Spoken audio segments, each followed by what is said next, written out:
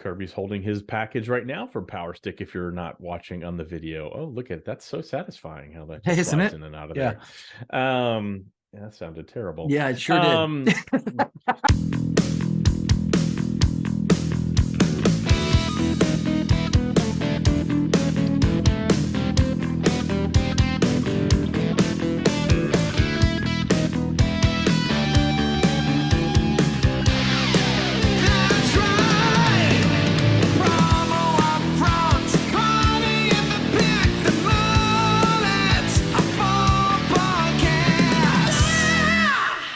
Should old acquaintance be forgot and never brought to mind?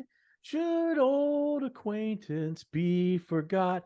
Not when it's time to record episode number 130 of the Promo UPFront Podcast. I am one of your hosts, Bill Petrie. With me, as always, the purveyor of promo, the prince of packaging himself, the one and only Kirby Hasseman. Kirby, how the new year almost are you? Yeah, I'm doing pretty well. This is always just a weird week for me. Every year. Last year, I promised myself I was going to go on a vacation this week so that I would just get away because I struggle because I want to come into the office, but I don't. Yeah. But my youngest daughter came home, which was amazing. So we've had some wonderful family time, and that's been great. But it felt like it would be kind of a dick move for me to be like, hey, thanks for driving in from Colorado. See ya. Yeah. So we stuck around this year and it's been great. But I'm struggling to unwind, which I often do. I know you've had my week has been wonderful in comparison to yours, buddy. How are you? I'm okay. It's been since we last podcasted, been a very, very rough time. My father-in-law, who had been battling a bacterial infection that they seem to not get a handle on. And he's been in and out of the hospital about 8 or 10 times since October. Unfortunately passed away last Thursday. And that was a real gut punch. He was very much not only my father-in-law, but he was very much of my father figure to me, and definitely to Drew and Mitch, my kids, his grandsons. So that was tough. We had a deep freeze. So Sandy's been in Texas with her mom and her sister since then. So we have not celebrated Christmas yet. And then on Friday last week, we had the deep freeze and I got some pipes frozen and they burst on Saturday on Christmas Eve day. So I had no running water until Tuesday of this week. So that was fun. And then we actually got news on Tuesday that my father-in-law's brother, Sandy's uncle, had passed away. So it has just been, you talk about just a brutal series of events. I mean, it's life. I've said it many times and I believe it. The two most fundamental parts of life are being born and dying. It's just a lot. It's hard this time of year, but we move on. So we'll be heading to Texas late next week, right before Expo for the memorial service, and put him to rest, and then try to move on and remember him as the wonderful human he was. Yeah. But I appreciate you asking. Yeah, absolutely. It's a tough time. So I think a lot of us are thinking of you. So appreciate you sharing. Well, I appreciate it. Hey, our sponsor today is our good friends over at PXP Solutions, and what they're asking everyone to do. And I really love the information they give us to share with you as a sponsor of this podcast. I really want you to look at 2022. This is a perfect time to look at it. We've only got a couple days left in the year. Right. Great time to look at what you did, what you accomplished, and things you need to focus on. Sometimes we feel like what we accomplish is trivial and we end up shortchanging what's most important to the growth of our business. And so what it does, it begs the question, how often do you work on your business as opposed to in your business? So perhaps the best place to start is by asking yourself what changes you will be making in 2023 to improve you, which in turn is going to grow your sales and enhance your success both personally and professionally. At PXP Solutions, they believe the key is to help your clients sell more of their products and services. That's really what they're in the business of doing. And as a premier contract decorator in the United States, their singular purpose is to help you forge the bonds necessary to grow your business and that of your customer's business by effectively communicating through creatively decorated apparel. And I know you really appreciate those business partners, Kirby, that are really invested in the success of your clients just as much as they're invested in your success. Yeah, absolutely. And I think that when we both, the supplier and the distributor, come to the table, both trying to make the end user successful, Yeah. good things tend to happen. And so I love the just the attitude of what PXP Solutions brings to the table for sure. Absolutely. So when you're ready to partner with an apparel decorator that's dedicated to your success and your customer success, call our good friend Bruce Jolish at 214-380-1883, or if you prefer, you can email him, bruce@pxpsolutions.com. We get some questions. Why do you share his phone number? Because he actually answers his phone. He runs the place. It's a ginormous operation, but the man cares enough to answer his phone. So give him a call. And, he and his team are going to help you and your clients. So from everyone at PXP Solutions, they wish everyone a safe, happy, and prosperous 2023. Kirby, I have zero idea who has up front today. Is it you or me? I have no clue. I don't remember either. And I'm just going to... Yeah, sorry. I'm just going to go. Nope, I'm just going to go. ASI, our good Okay. friends over at the Advertising Specialty Institute, released their product of the year, something they do. Always reminds me of like the Time Magazine Person of the Year, something like that. It's always interesting. Sometimes it's controversial. This year, I don't know if you've seen this or not. I haven't. No, this is new. The product of the year is packaging, which is why I called you the Prince of Packaging at the front. So I wanted to get your thoughts on that. I certainly have some thoughts on that. And if you want me to go, I'll go. If you want to go, go. Oh, yeah. No, I'll give you my first impression, which is what we try to tend to do. As you were, I had not seen this. And so when you said that the product of the year was packaging, my initial reaction was, oh, that makes a ton of sense, because I think as an industry, while we're still growing into the need for this and we need to get better, I think it's become much more a topic of conversation, much more focus from our suppliers. And I think that sometimes that trickles down because our end users, some of them are asking, but I actually find that they're not. And that when you can do packaging well, it can really enhance the entire experience. And so, yeah, first impression, I think that's a solid choice for sure.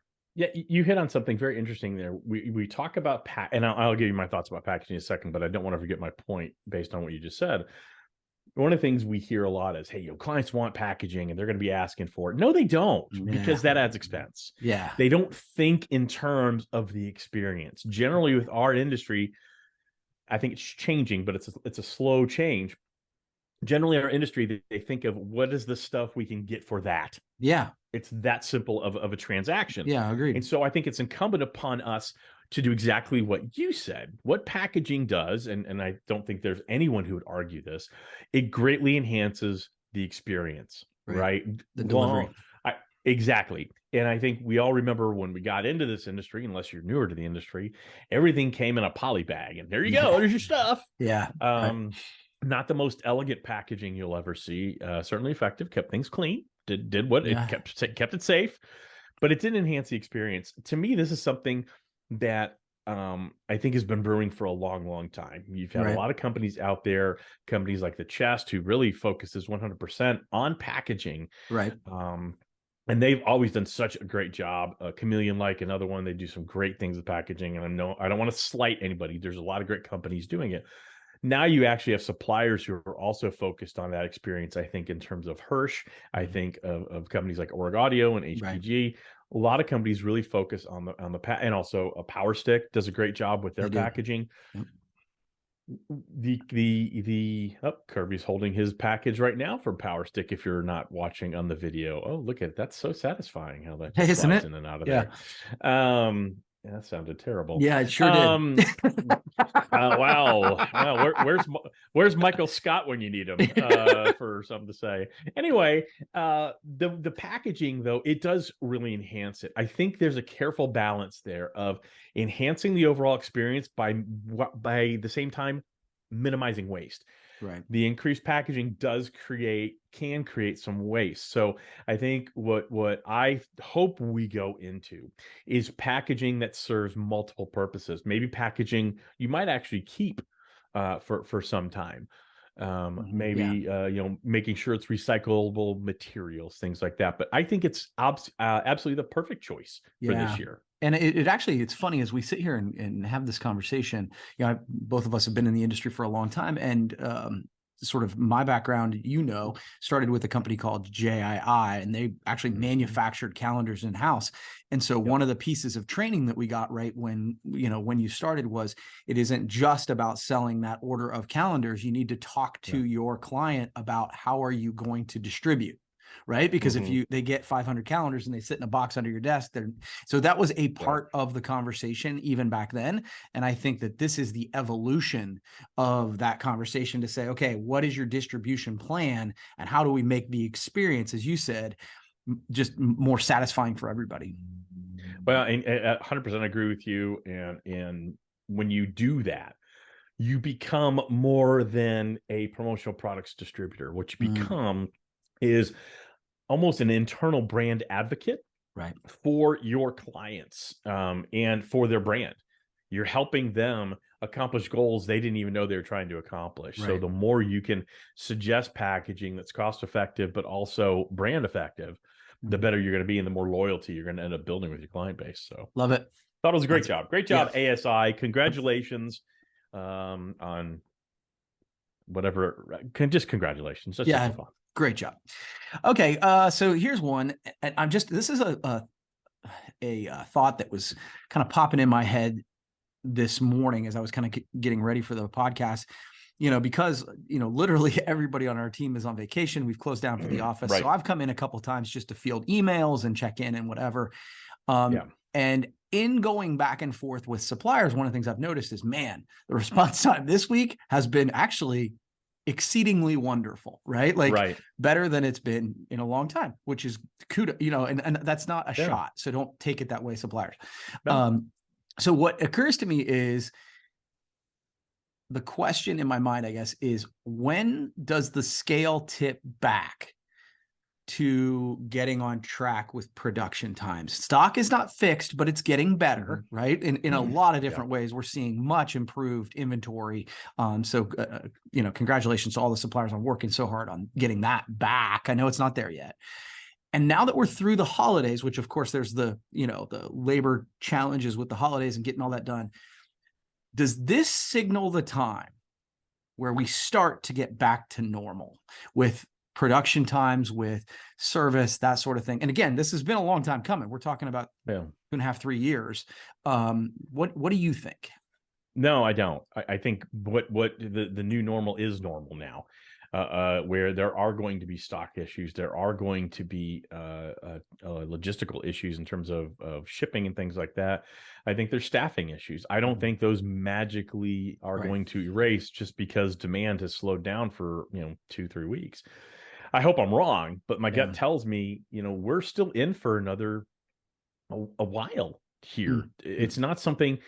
We didn't get here overnight. It feels like we did, but we didn't get here overnight, and it's going to take longer than overnight to fix it. So I think, again, you'll see some times in January where, wow, I just feel like things are really humming along much better than they have been in the past couple of years. But there's going to be peaks and valleys, and I think if we don't prepare mentally for that, it's going to make those valleys a lot darker and a lot deeper than they probably are. It'll make them feel that way anyway. That's my thought. Yeah, I think that's a fair take. It's a realistic take. It's not positive or negative. It's not, I'm realistic. Yeah, I will take I think that's definitely more pessimistic than mine. I am a little bit more optimistic. And I think part of the reason I'm optimistic is I think those of us who have managed to survive the last couple of years have created strategies, tactics, and overall thicker skin, and just what's the word I'm looking for? Just that we've created new policies where you are strategies. That you're trying to live through those challenging times. So when they, you're prepared for that. I'm not sure I'm articulating this super well, but we've lived through a challenging time. And I think that has gotten us thicker skin in that, so that when things get back to normal, I mean, literally, I guess I'd use myself as an example. When they were coming back to me and, okay, hey, here's this, I was like, wow, I wasn't even prepared for it.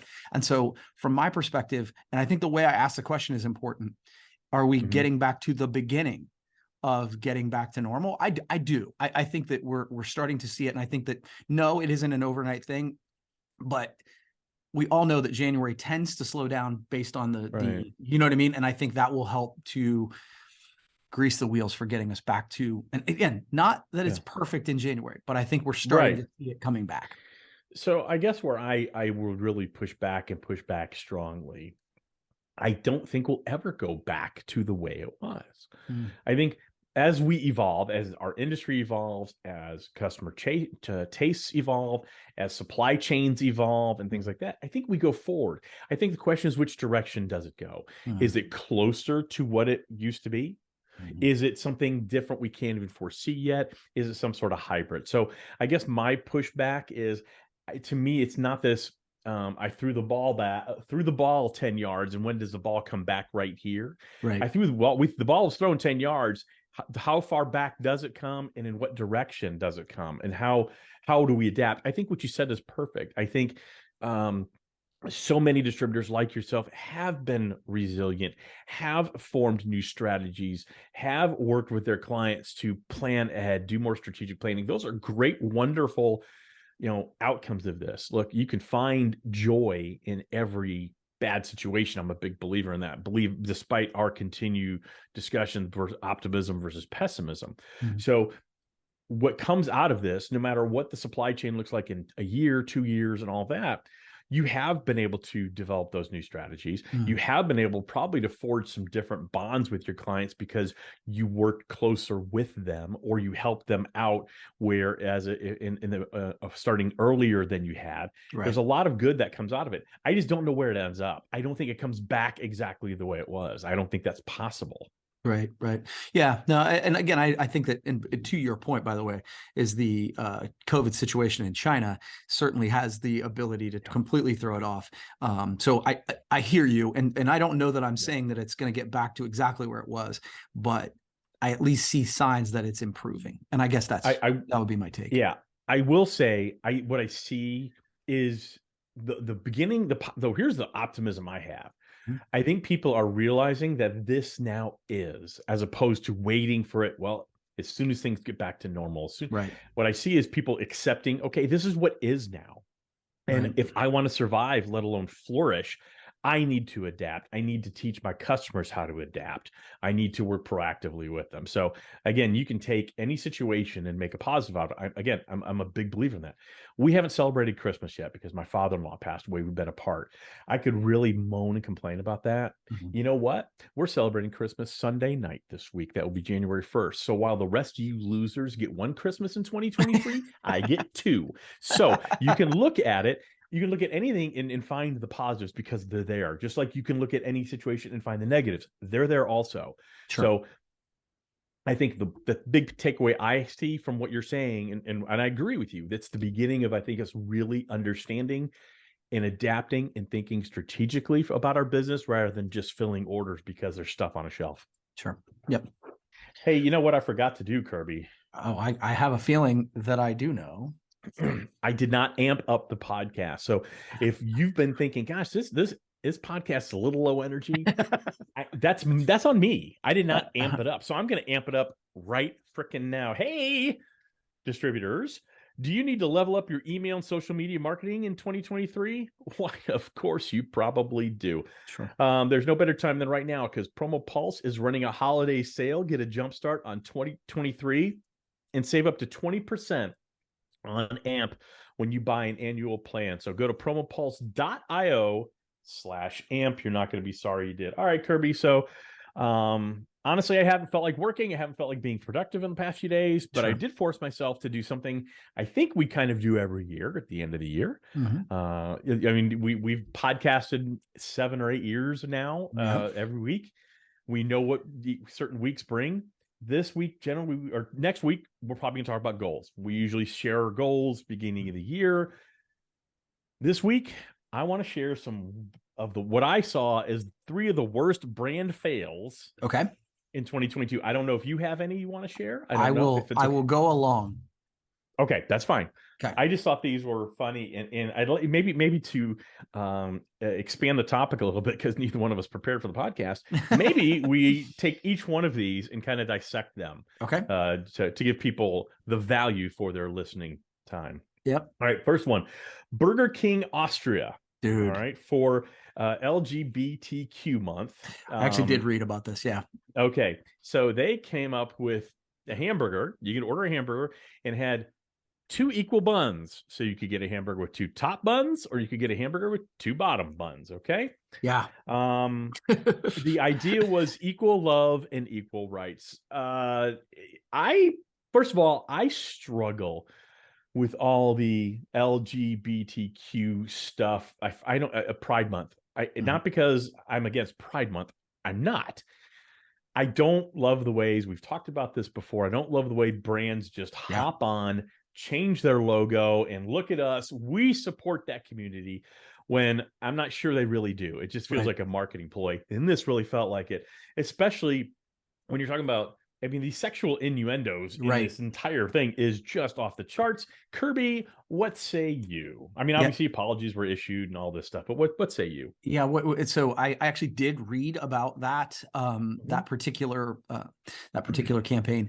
And that was what, even in reading it, it was so cringeworthy, right? To say, 2 equal buns or whatever, like, come on, man. And their part of their apology was they were going to involve the LGBTQ community in these future things. I'm like, do you really need to ask? This felt like just one of my rules in life, and you've heard me say this a bunch of times. Say it out loud. This is one where you literally say it out loud. It just doesn't sound right. And so to me, this was one where I was like, yeah, of course it didn't go great. I feel like anybody with ears in the room would have called that one off. Well, and it's such a cheap way to try to benefit the company to glom onto causes that you may not really be aligned with. And I'm not saying they are or they're not. But someone, when I hear, and I read the same thing, yes, next year we're going to involve people from that community to make sure we're on point, on target, not offensive, blah, blah, blah. Why didn't you do that before? Yeah. Yeah. If you have to say that you're going to involve that community, that means that you're probably not aligned with the cause that you say you're aligned with. Exactly. Exactly. So that was a brand fail. Okay. Number two, and let's go with this one because the last one's kind of funny. Elon Musk's takeover of Twitter. Yeah, that's to me, that's number one. Well, it's probably number one, but I mean, from the way the workforce has completely left, just darted out the door. They've been gutted. Excuse me. If that thing's been wheels off all the way around, and then he had the email of, hey, you better have a hardcore work ethic, or you better be prepared to sleep in nights in here. Yeah. You're running a skeleton staff. Twitter's always been a weird social media platform anyway. I do think it's effective when there's current events happening. I do like Twitter, but for the most part, it's just kind of a weird little platform. I don't think I understand it as well as I'd like to, but I don't think there's anything to understand. It's just a very strange little platform. So I think Elon Musk's takeover of Twitter, and I think in 12 months, I do not think he might own Twitter, but I don't think he's going to be involved in the day-to-day. He already did a poll, one of his famous, I run this organization by polling the masses. Should he hire a CEO? And it was a resounding, yeah, please do. Yeah, this is, so to me, it's funny because I think the brand fail. So number one, this is a case study in how to lose a company. First of all, I want to buy it, but I don't want to buy it. Matter of fact, I'm going to sue you because I don't want to buy it. Now I'm going to buy it. It has been a disaster from the beginning. I actually think the bigger brand fail of this is the brand fail of Elon Musk. So 100%. You know what I mean? Like, because it's like, I was sitting with my wife talking about this very briefly, and she said, what's funny to me is in going into this, I thought Elon Musk was one of the smartest men, on earth.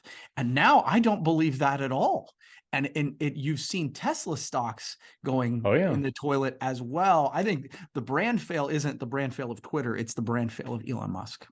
100% agree with you. And I wonder, I do think a lot of what he's doing is very calculated. Mhm. I think he's trying to destroy Twitter. I Okay. actually believe that. And I don't know why. I don't know what the business case would be to do that. Mm. I don't know what the brand case for Elon Musk would be to do that. All I know is that I don't think you could write a better script for how to destroy an Yeah. organization. And you could write a pamphlet, how to destroy an organization in Mhm. 4 easy steps. Yeah. And I mean, he has hit the detonation button on there. So it's interesting. Interesting. Cool. All right. My last brand fail is let's put this in the file of, hey, companies, make sure you don't cheese off your social media manager, the person who controls your accounts. Pabst Blue Ribbon. A lot of people do a dry January. I'm sure if you're not familiar, dry January, kind of a reset after the holidays. You take the month off in January of drinking and consuming any alcohol. Well, I'm just laughing because I can't believe you're going to bring this up. Yeah, a social media manager at Pabst Blue Ribbon went rogue. He controlled the Pabst Blue Ribbon social accounts and said, "Hey, not from the PBR Pabst Ribbon social media accounts, not drinking this January. Try eating ass." Yeah, that's what they said. Uncomfortable, a little uncomfortable, Just a little, a little suggestive. And what obviously there was, we've dealt with it internally, apologies, things deleted, all this, but you really need to pay attention to your people who are essentially the face of your company. Yeah. And what always floors me is a lot of times these are low level, entry level employees who are making not a ton of money. Yeah. And not that very invested. interesting to me. No. So yes, I did bring it up, Kirby. Yeah, yes, you did. So I think that this is one where you say, like, I felt like I don't know what lessons there are for the first two, right? Yeah. I mean, maybe we could come up with something, right? But I think Yeah. this is one where you say, okay, there is a lesson here that you say, okay, not that there needs to be a ton of oversight, because I think that then you do lose some of the speed at which, but in making sure that the people who are a part of that and are have their fingers on the pulse, as it were, really are in the right frame of mind. Yeah, and I don't know how you would word it, but maybe there's some way when you hire someone to run your social media account, that if they intentionally post something to harm the company, they would be financially liable for that. Right. So, and I don't know how you would work that. And again, you don't want to take away the spontaneity. I think of Wendy's, who for years has had a tremendous social media account. It's the perfect mix of snarky and funny, and it's targeted at their competitors. It's really, really well done. But I mean, if you go through the Wendy's Twitter feed, it straddles a line very close to go. It's a high wire act. I don't think is an easy high wire act. Makes me uncomfortable. It makes me uncomfortable too. So those are my 3 worst brand fails of 2022. Do you have any that I missed, Kirby, you wanted to add? The Twitter one, I just wanted to make sure that you brought up Elon, because that was the one that for sure. Yeah. But those were interesting, for sure. Do we have another topic, or are we just saying? Well, let's just make it super quick one, just because I think it ties in. So, as both of us know, we are heading to Vegas here shortly. And the other thing I think you know about me, but I don't know everybody else, I historically am a Southwest flyer. And wow, over the course of the last week, not that everything was perfect, but man, the winter storm has really brought some challenges to the head. And I'm like, I've been booked, I've got points, I'm ready to rock and roll. So I have 2 questions about this. So if you aren't paying attention, 2,500 flights a day are being canceled. It is an obscene amount. Go ahead. It's like 83% of the flights in the United States that are canceled on a daily basis are Southwest. Yeah. So I guess, 2 questions from this. And again, we can make this quick if you want, but number one, I'm literally thinking, do I need to be rebooking my flights for Vegas? Because I'm like, well, I've got a direct flight from Columbus, but then I'm a little concerned about that. Mhm. And then back to sort of our realm, and I don't know if this is an answerable question yet. Yeah. But what could be done from a marketing perspective? Because this is disaster. I mean, Okay. this is a great example. Like, I'm a paying customer who's Yeah. I like Southwest. I enjoy my experience with Southwest, and I'm considering taking my money away from Yeah. Southwest. So I'm those are my two questions.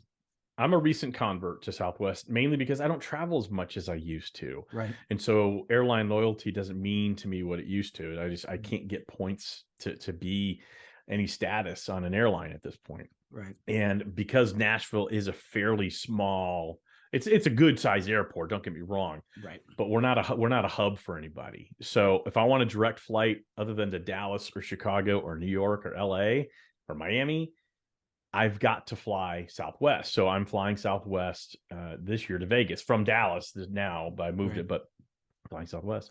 So so two things. What was the first question? I'm sorry. Should I be rebooking? No, I don't think so. I think the uproar is enough. They'll figure it out by the time we're all leaving a week from when this drops, as much as they can, obviously weather permitting and all that stuff. Excuse me. I think the bigger question you said is, what do they do from a marketing standpoint? Yeah. I think if I'm running, so I always answer these questions. If someone says, okay, we kind of screwed up and we're retiring, you now run marketing for the airline. Yeah. Yeah. I am immediately figuring out there's got to be so much data on people who have had their flights canceled, instead of what they're doing, which is, hey, email us if you've been displaced, whatever, and we'll cover reasonable costs. Well, reasonable is something different. To some people, Pizza Hut's a very reasonable dinner. To other people, Fogo de Chao is a very reasonable dinner. So that's not good. I think what you need to do is proactively, as best you can, you need to commit resources to emailing people, because that'll be the fastest way and most effective way. Email people and say, we are crediting you with X amount of dollars for future travel. Here's up to X amount of dollars per day on hotel. Maybe it's $250 a day for hotel meals or something. Just pick a number. No matter, and understand, no matter what number you pick, it's the wrong number. Right. This is not a win at this point. What you're trying to do is mitigate what's happening. Yeah. And I think speed is your point is more important than getting it exactly right. Yeah.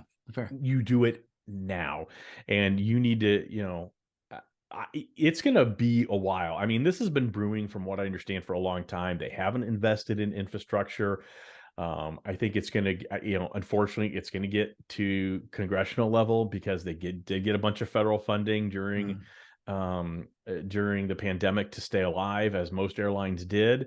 And what did you do with that money? Why didn't you take that time to invest in your airline at that point? I think there's some questions that need to be answered there, but I wouldn't rebook. And I think the most important thing right now is, there's no one who's going to say, I really like how you handled this. But you don't have the time to talk to every individual passenger who's missed a cruise, who missed seeing family over Christmas, who can't get to a bowl game that their team might be in for the first time ever. Whatever plans they have over the holidays, you have screwed up. It's not the weather. Every other airline had weather issues too. Yeah. You screwed up, and you just need to wear that hat of responsibility. We've talked about that before, and get in front of it as much as you can. And there's not enough times or ways you can apologize. Yeah. No, I think that what you said is exactly right. I think speed is making decisions, making them quickly, trying to, and then also, starting to turn that story as the experience turns around. That'll be the next step. But I think the first step is to stop the bleeding. And so, I think that's good stuff by you. Yeah. And last thing, what I would do is, if I'm on the board, or, we're in the finance budget meetings, we are going to lose money in 2023 or break even, because we need to make this right, because this will have a ripple effect. I've wondered the same thing. Do I need to rebook? Now I can fly direct on American from Dallas, but I don't want to spend the money. I'm just going to ride it out. Well, it's funny, because I saw there's been a ton of animosity towards Southwest about them being cheap and whatever, and that's fine. But it's fascinating to me this is one of those experiences where I think having a Southwest Airlines is good for the marketplace.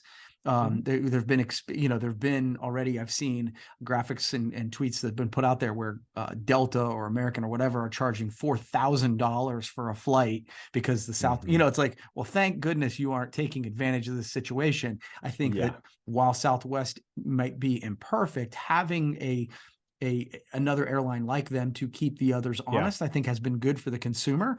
And so I want them to succeed. So that's my take. I want them to succeed too. But I think what's concerning is I never looked at Southwest as really a low cost airline. I just haven't. I grew up in Dallas where it was started and built and all that stuff. And so I always had the choice. Do I want to fly American or Southwest? And it always came down to, I like to pick my seat. I mean, that's really what it boils down to for me. And I've given that up clearly, but I think so I've always looked at Southwest as a very reliable airline. They were very efficient at turning planes around, and that's where they made their money. They were able to be more cost effective because they were the best at turning around equipment. So they could squeeze in an extra flight for a day or whatever. They're not reliable right now. I don't know what the flight cancellations look like today, but now to me, it's not the low cost part of it that's bothersome. It's the lack of reliability now. Now they're lumped in my mind with everybody else. Like, well, maybe I'll get there when I want to, maybe I won't. And it's never about making sure the thing's safe. I couldn't care less. I'll be delayed all day. I just want to get there safe. But when it's something like, we just didn't plan for this. That's a problem. That's a problem. That's a problem. Well, that's awesome, Kirby. Well, one thing you can plan for is your plans for 2023. And our friends over at PXP Solutions, and we agree with them, think this is a great time right now to kind of look back on 2022. What did you do well? What didn't you do well? What can you improve upon to help your customers sell more of their products and services? And at PXP, they are ready to help you do that through creatively communicating effectively through creatively decorated apparel. They are the premier decorator in the United States. They're great people. Bruce Jolish, I'm going to give you his phone number in a minute. He owns the place. He answers his phone, and I will tell you, one of the most caring, nice men I've ever had the pleasure of doing business with and just meeting. So if you're ready to partner with an apparel decorator that is dedicated not only to your success, but that of your client, which is a great partner, go ahead and call our good friend Bruce Jolish at PXP Promotions. You can call him at 214-380-1883, or you can just email him, bruce@pxpsolutions.com. He's going to answer that phone, and he's going to help you out with his team. So, and on behalf of PXP, they want to wish you a happy and prosperous new year. And I think, Kirby, that's probably a great way for us to end this podcast. I, for one, am really ready for 2022 to end. It's been a rough end of the year, but 2023 will be what we all make of it. So happy new year to you. Thank you for another year of podcasting with me, and wishing all of our listeners a wonderful, wonderful, safe, and happy new year. Anything you want to add to that? Happy New Year, brother.